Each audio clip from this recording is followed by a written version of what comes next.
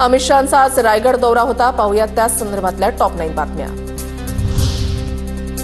रायगडावर ऐनवेळी मुख्यमंत्री फडणवीसांकडून एकनाथ शिंदेंना भाषणाची संधी। उपमुख्यमंत्री अजितदादांचं भाषण झालंच नाही। कार्यक्रमाच्या वेळेला अमित शहांसमोरचा प्रकार।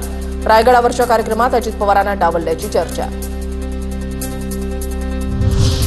वेळेअभावी रायगडावर भाषण केले नाही। राज्याच्या वतीनं मुख्यमंत्री बोलले म्हणजे आम्ही बोलल्यासारखं। मुख्यमंत्र्यांनी मलाही भाषण करा असं म्हटलं होतं। उपमुख्यमंत्री अजित पवारांचं स्पष्टीकरण। उपमुख्यमंत्री एकनाथ शिंदेंकडून अर्थ खात्यासंदर्भात गृहमंत्री अमित शहांकडे तक्रार।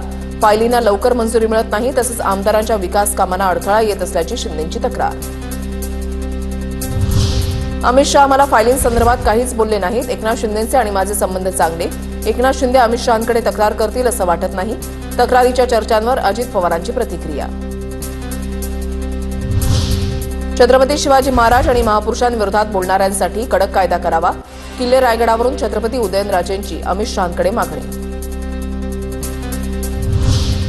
शिवरायांचा अपमान करणाऱ्यांना टकमक टोकावरून ढकलून दिलं पाहिजे, पण आपण लोकशाहीनं चालणारे आहोत, त्यामुळे याबाबतीत आम्ही कडक कायदा करणार। किल्ले रायगडावरून मुख्यमंत्री फडणवीसांची माहिती।